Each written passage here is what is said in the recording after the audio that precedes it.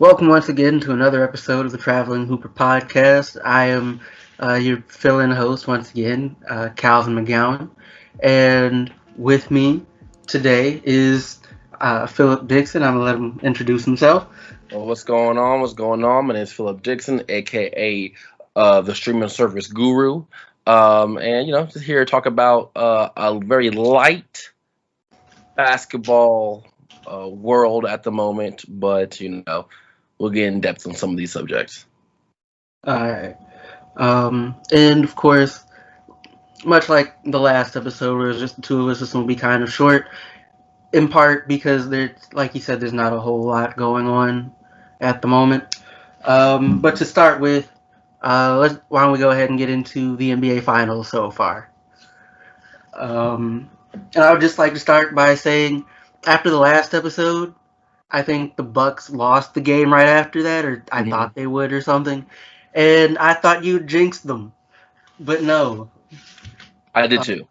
Like a lot of you, I'll be perfectly honest, I did too. They lost, and I looked at myself and said, "Oop, I really hope I didn't just do what I think I just did." But it doesn't matter because it is the Phoenix Suns versus the Milwaukee Bucks, and that's what we wanted, and that's what we're getting. When it comes to this finals, the first thing I would like to say is, so we're recording this, and there's only been 3 games. Bucks have won one, the most previous one, and the Phoenix Suns have won 2. If the Bucks win the next one, they win the entire thing. That is my prediction. It may go back and forth for a quick second, and all of a sudden there'll be a Game 7. But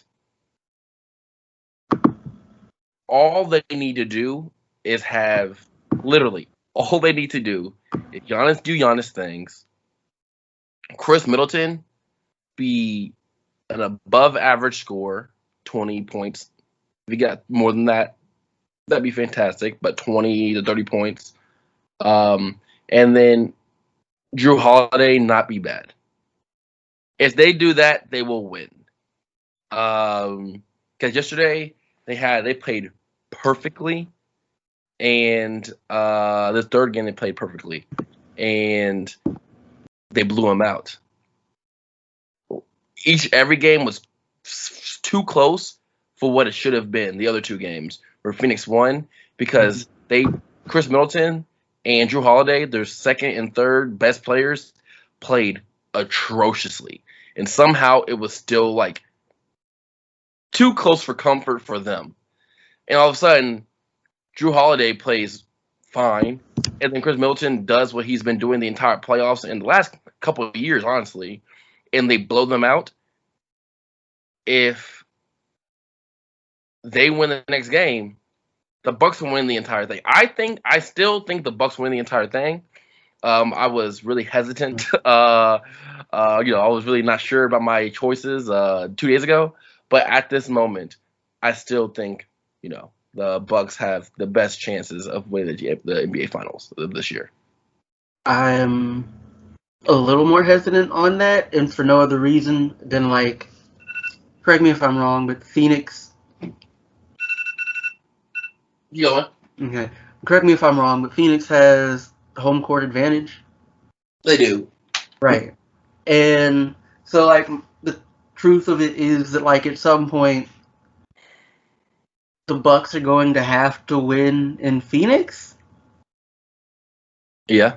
So, and to this point, I'm not entirely convinced they can. I'm not saying that they can't, but, like, of course, we saw their first 2 games in Phoenix that went poorly, to be polite about it.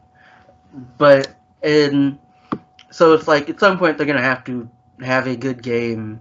But I'd say home. But I'd say their games went less poorly than Phoenix did in Milwaukee. Now we'll have to see about this 4th game, but just from looking at this 3rd game, you'd rather have lost the way the Bucks did than the Phoenix Suns did the 3rd game. Because, like, once again, I'll say it, the Bucks were in the game for most of the game. The Phoenix Suns were rarely in that game, and then when they weren't in the game, they really weren't in that game, like blowout central. So, unless Devin Booker goes off, or unless Chris Paul goes off, I don't know. But once again,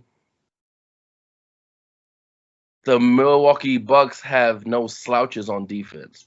I was telling Alan this last on the halftime show and on Instagram Live. The Bucks are big. So even their small guys are big. That's like big in terms of like sturdiness, right? Like there's no Cameron Payne on the Bucks side. Their backup point guard, Jeff Teague, is still a sturdy guy. You know what I mean? If you look at a lot of, but once again, they're also older and more physically mature, being the Bucks, than the Phoenix Suns. But at the end of the day, that's still a reality, right? And I trust the defense of Milwaukee wearing them down over a 7-game series than I do the Phoenix Suns. And it's funny, the second game, everybody talked about that 10-pass play. I'm not sure if you saw it or not. I saw that the Bucks played amazing defense, but like they weren't able to get the ball away from Phoenix, and it ended in an 8 and dunk. There was just like some deflections and like some things that that just happened to go the Phoenix Suns' way on my possession. 7 times out of 10, the Bucks win that possession, right? Yeah. Just like, but like that one possession just happened to be that happened to go their way that one day. That won't happen through a 7-game series once you start getting that wear and tear and getting worn down because the same defenders are starting to get the fix on you. And we're not talking about Drew Holiday, arguably the best guard defender in the NBA. We're not talking about slouches and Giannis, who you got to look off on help defense the entire time, and Brook Lopez, who's just a body there, so like a big body. So like these kind of individuals who they just have that you just fill the court up are just inherently going to wear you down quicker than the other side would. So, not everybody can be Chris Paul, not everybody can be Devin Booker, but these other young guys, they're going to be their role player young guys eventually. Bridges had a fantastic game 2, but he had a atrocious game 3. Why? Because when teams adjust defensively to players, role players look like role players, and superstars adjust to look like superstars. That's what makes them superstars. They're able to adjust to the defense's adjustments. The Milwaukee Bucks have more people who can make those adjustments than the Phoenix Suns, being Drew Holiday, being Giannis, being Chris Middleton, and honestly, being Brook Lopez, because he's been stepping on the 3, but also he's been finishing in the paint more in the last 2 series than I've seen him in 2 years. You know what I mean? Since the Brooklyn Nets days. But everybody forgets that he's nice. Like, he's nice around the rim. At one point, before, when it was just like him and Dwight, they were arguing that either him or Dwight or I'm losing my train of thought. He played for the Lakers. Bynum. There was arguments of who's the best center in the NBA, and Brook Lopez was up there. So like, people forget about that, right? He just happens to be a knockdown 3-point shooter now for all the practice that he put in. But in the day, still big body. So I'm pretty confident in what the Milwaukee Bucks bring to the table right now, even though they're down 2-1 in concern to the Phoenix Suns. Like, dang it, what was the thing I was thinking about? That's actually a pretty solid argument, but it's also just an issue that, in fairness, I'm assuming it's an issue they didn't have last game that they had the first 2. Was like, the issue for the Bucks was that, like you said, folks played poorly. Like, the Bucks were I think it was game 2. I saw the Bucks were like +5 with Giannis on the floor, but Mm, like but -20 when he was off, yeah. right? Hmm. And like no matter how good Giannis is, that's not a recipe for success. So I guess it's less of whether or not his team can play up to the level that he needs them to play at, but whether or not they will for the series, which to this point is more of an open question than I'm sure any of them would like it to be, at least from the outside looking in. Yeah, Um, it's so I'll took it to this. Chris Middleton and Drew Holiday are skill players. And with their skill, if you get nervous or you have some kind of uneasiness about you, it's the NBA Finals for the first time in a franchise's like, was it the first time like 50 something years, something like that, since the Big O? for Bucks, yeah, It's close like to 50 some odd right years. now, yeah. And Lou Alcindor, he wasn't even Kareem yet. He was Lou Alcindor was their center last time they went, and that's pressure, right? What was there outside the stadium at their first home game? It was 25,000 people outside the stadium, not even inside. So that's that kind of pressure that most people won't feel, right? And when you're just a skilled player, sometimes you will have like an off night, depending on how you feel, nervous wise and emotional wise and spiritually, whatever terminology you want to use. But Giannis' skill set, which is pure length, pure athleticism, pure hustle, that doesn't necessarily translate. Being nervous, that doesn't have necessarily as much of an effect on that skill set than it does a person who's like two dribble pull up or who is great on cone drills when they practice. You know what I mean? Like Mm-hmm. that skill set. If you're nervous, it's going to affect that skill set much more than what Giannis brings to the table. And Chris Middleton, before the two games, game 1 and game 2, not game 3, looked like a guy who was just like nervous. Like he was missing shots that he normally made. Drew Holiday, the exact same thing, right? They're missing easy shots that they normally make, especially Chris Middleton, because he was going off. Like he was going off for many, many, many games and many, many series before this. But now I think he might have found his groove. Because it wasn't that they were pushing him off of certain shots that he wasn't making. He just wasn't making shots that he normally made.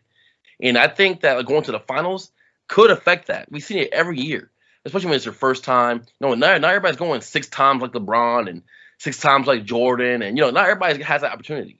But once again, if you're just running and jumping and hustling, you can rush your nerves out of that, which is essentially what Giannis does. You know what I mean? And even Giannis, when it comes to skills, he's missing airball free throws. So like even he's feeling the nerves or the pressure or whatever terminology you want to use. Even he's feeling it because you see it when he has to do a skill type of handle on the game. You know what I mean? Mm-hmm. But running and jumping and doing those kind of things isn't Chris Middleton's game. It's more Drew Holiday's game, but Drew Holiday has to have more of a skill to his game too because he's only 6'4", 6'5".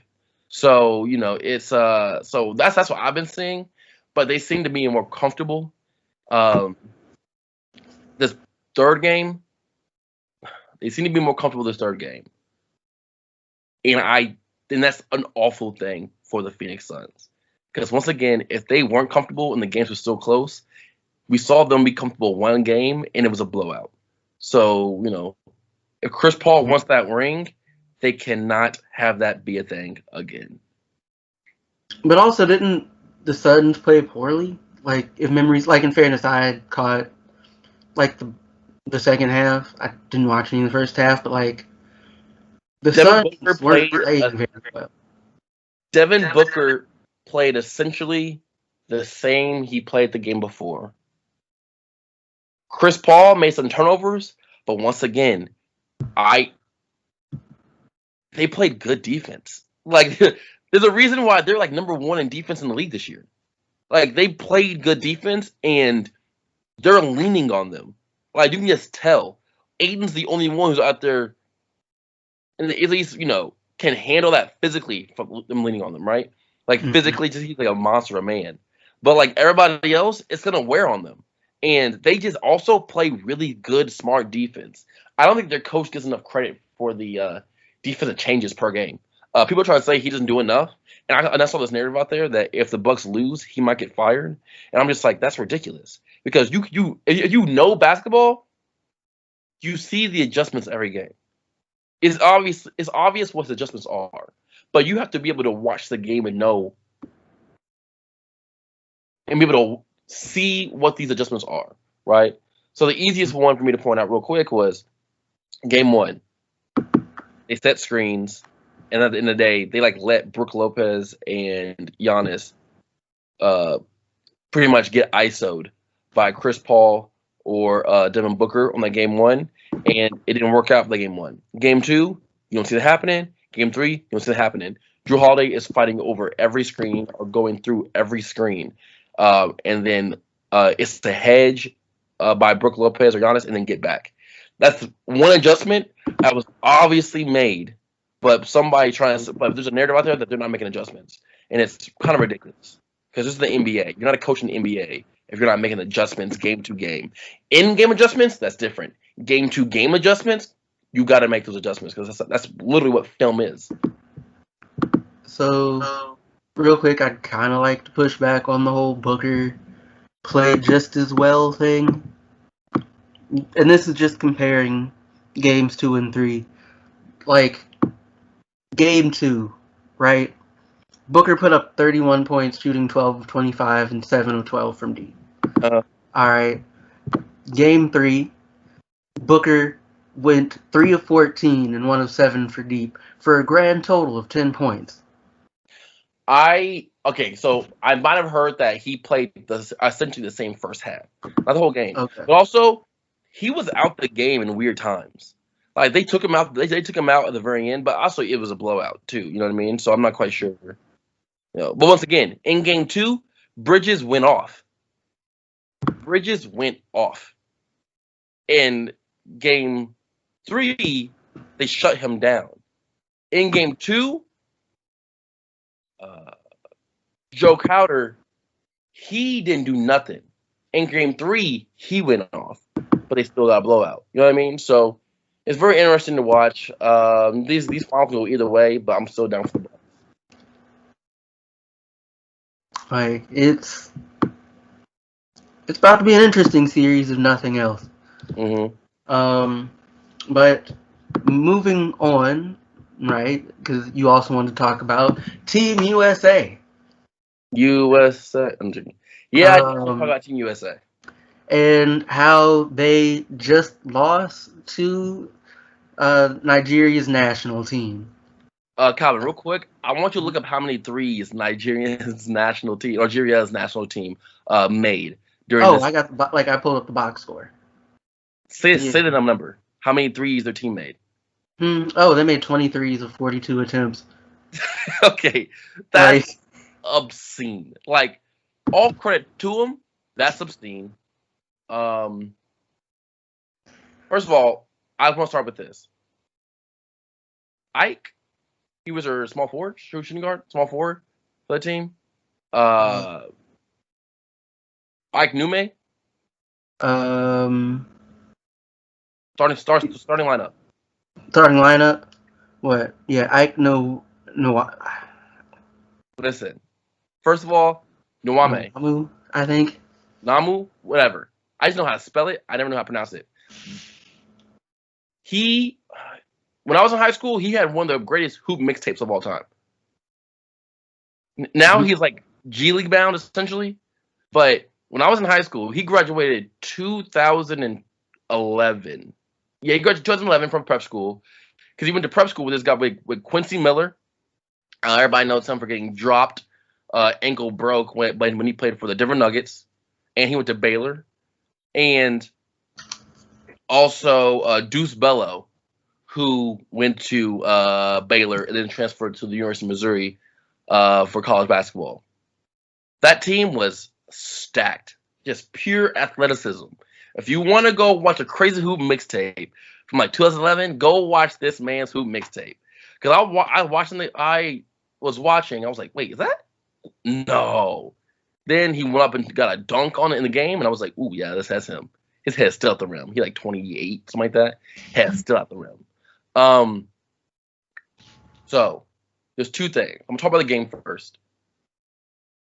So first of all, people got to realize that in the finals there are 3 players playing that aren't able to play right now for obvious reasons.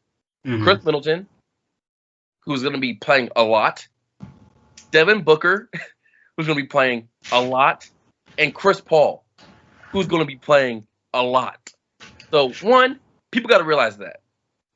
Because people like Draymond were playing. And if I remember correctly, the last time Draymond was on a world, like a World Cup team, he got no playing time. Like, when the games actually mattered, that counted, he got no playing time.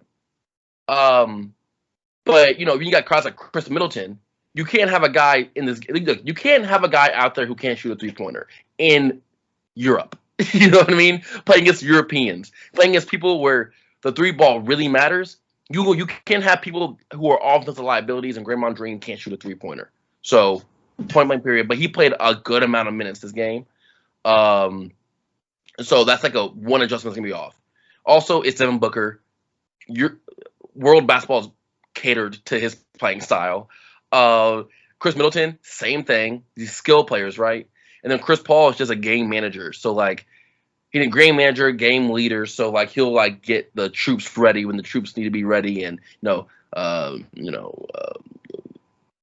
get people in the right state of mind, anything a team leader needs to be. That is what Chris Paul is and will be for them. But also you can't. It's 23s. Like it's 23s. Gabe Vincent went 6 of 9 and 6 of 8 from deep for 21 points. That's crazy. Throw that out there. It's 23s. No matter who you are, it's gonna be hard to stop 23s. Now this team won 23s, but only lost by 3 points, or only won by 3 points. Excuse me. Mm-hmm. That's ridiculous in its own right. The fact it's that close when a team makes 23s is ridiculous in its own right. But so I'm looking at it now. Team USA got to the free throw line a lot more. They did because they were a lot more physical. You know what I mean? Like they were a lot more physical. Yes. Got 3-point a lot more. We got people like Bam Adebayo, and you got Kevin Durant. You got these individuals. You're gonna get to the rim more. You know what I mean? Because you have people that can get to the rim more. Like for example, when I say a lot, like I need you. So Nigeria took 10 free throws. Team USA took 32. Yeah. No, that is a stark difference. Stark difference. But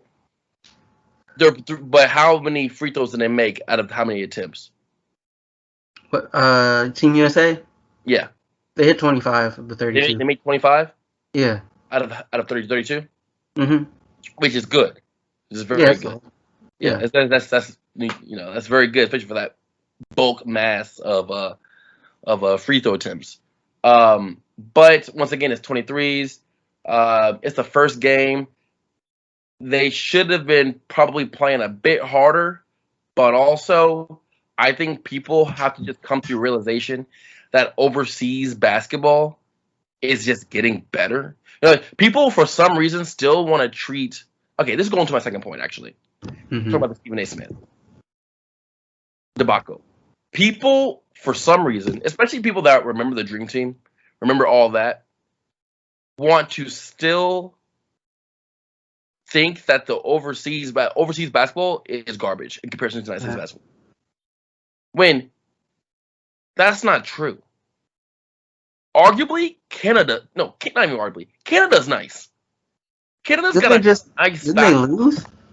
They lost, but they had a lot of people injured. Remember that.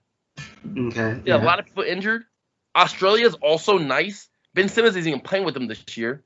And they got Patty Mills out there just killing, right? The world basketball is nice. These overseas players are getting better and better and better. there isn't only a coach out there. You know what I mean? Like each team has somebody who can bring something to the table in almost a superstar way. It's kind of crazy. And then the ones that don't have superstar ways, they're not starting basketball at 18 no more. They're starting basketball younger and younger and younger, just like people are here in the United States. You have all these camps and all these schools that are playing all these different sports and all these, club teams and all kind of stuff all over the world. So people in the United States got to stop thinking of themselves as like some global dominance of sports and basketball. Like this is 1994 still. And one of those people that has to do that is Stephen A. Smith, right? Stephen A. Smith, and Stephen A. Smith is the attitude of the person I'm talking about, but also the attitude of like the American basketball media, right? And I have big issues with them for a multitude of reasons. But if you didn't hear about it today, this is what's the date? The 14th, 12th. Okay. Stephen A. Smith went on First Take and was just saying some ridiculous things about how the USA basketball team shouldn't have lost to Nigeria, and was like fumbling and like all nonchalantly like disregarding the names of the Nigerian players, even though he shouldn't do that because he's an African American man. He's a professional. He is a number one basketball analysis. Like he does basketball analysis over everything else. This is his number one sport. It's the sport he came up on in Philadelphia. So basketball number one, African American man number two, and this is just his profession number three. So you shouldn't disregard a team that beat your national team. So relax, but also like that's a mindset of a lot of people that falls into that mindset of USA over everything else in terms of sports. And not necessarily just USA over everything, but USA dominance over everything specifically. And it's just a mindset that people are going to have to start breaking because it's a mindset that's like going to become more and more ridiculous the further into the future we go. Because yes, basketball started in the United States, but also basketball is a global sport now. Like basketball is a global sport. You can't be upset that there was no dominance by USA anymore when you have kids growing up who are born in 2000 who only know basketball because they had the internet and they had global television and all that kind of stuff. You know what I mean? So like it's a difference in mindset that has to be broken from not just the common man, but for these sports analysts because they have influence and their influence does matter to the common typical person who wakes up and just puts on ESPN before they go to work every morning. Phew. I'm not about to disagree with anything you said, other than like I would like to throw in there though that like even Team Nigeria has a bunch of NBA players. Granted, even with a lot of not just Nigeria, but a lot of national teams have NBA players, even if like dudes are like rotation players or like don't see playing time like that. But dudes are kind of different players on their national team. People really do be playing out of pocket on the national team, but also like because you have people like okay, so you have people like Luka who said that they care more about a gold medal than they do an NBA Finals game. Because the mindset in the United States is different. Because when you're so dominant over something, then you just disregard it a lot of times. Like, that doesn't even go for sports. It goes for anything anybody does in life, right? It's like a mentality kind of thing. Oh, we've killed it so many years. Even though in 2000 we didn't. But we've killed it for so many years. But we did in 2000, but you never hear about 2000. So, whatever, right? Complacency is definitely the word for it. And you have these other players in other countries who are like, oh, this means like this. I'm representing my country. This is the most incredible moment of my life being selected to our national team.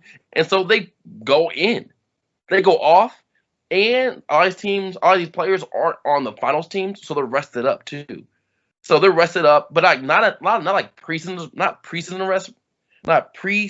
rested up, where like you've had too much rest over like the off season, so like you're rusty. But like they have been playing for a long time, but now they got like some weeks off, so now they're just ready to go in, and it's just like, oh, their skills are still there, they're not rusty, and Patty Mills showcases this every single year, every single time he's on the national team.